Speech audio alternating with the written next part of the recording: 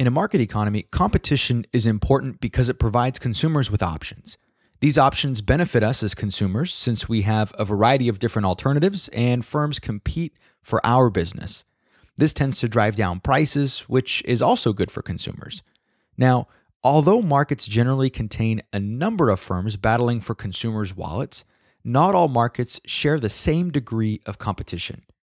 There are in fact 4 general degrees of competition that help to characterize markets. These classifications are important because they give us a sense of just how competitive a market will be, which is important for new firms. They also help to indicate just how much power firms have over setting prices or whether that power rests in the hands of consumers. In general, we of course want competition since it forces firms to provide solutions to our problems in an effective and efficient manner. So let's dive into some of the different classifications. The first degree of competition is what's called perfect competition.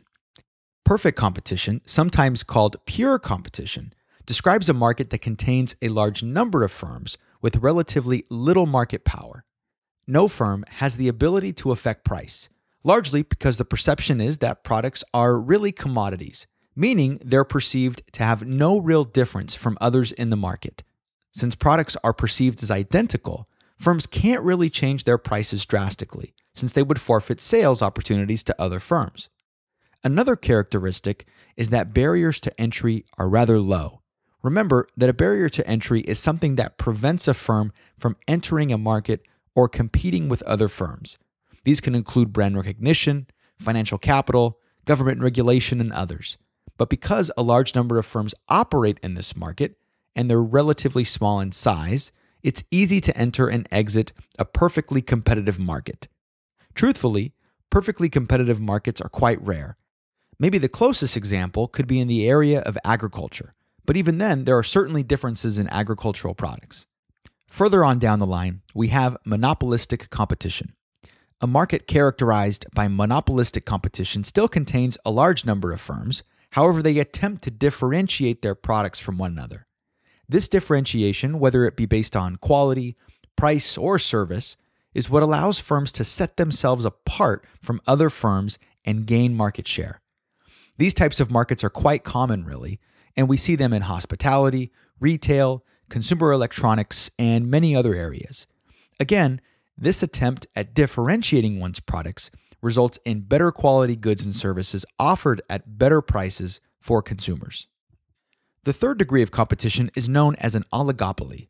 An oligopoly is described as a market containing only a handful of firms that behave in a fairly similar fashion.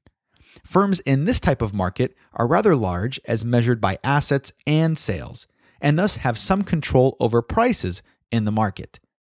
Due to the size of existing firms, barriers to entry are high, which tends to prevent new entrants. Probably the best example of oligopolies in the United States include the airline and mobile service markets. In the cell phone market, for example, you have Verizon, AT&T, T-Mobile, and Sprint as the primary players. These firms offer similar services at somewhat similar prices. They also tend to mimic the actions of one another since the firms are competing for market share. If one firm offers a new service and consumers switch, that will take away market share from the other firms. These types of markets tend to be heavily scrutinized by the Federal Trade Commission and the U.S. Department of Justice for fear of being anti-competitive. In fact, you probably remember AT&T's attempted merger with T-Mobile, which would have combined the nation's second and third wireless carriers. The FTC and the Justice Department expressed concerns that the merger would reduce our options as consumers, which could result in higher prices. Now, the last degree of competition, and one that really lacks competition, is a monopoly. Markets that are described as a monopoly are rather easy to understand because they only have one firm. From the perspective of consumers, monopolies are very undesirable. Since there's no competition, the firm has no incentive to provide better goods or services. In the US and many other nations, the government prevents most monopolies from forming and has established legislation to prevent the formation of monopolies.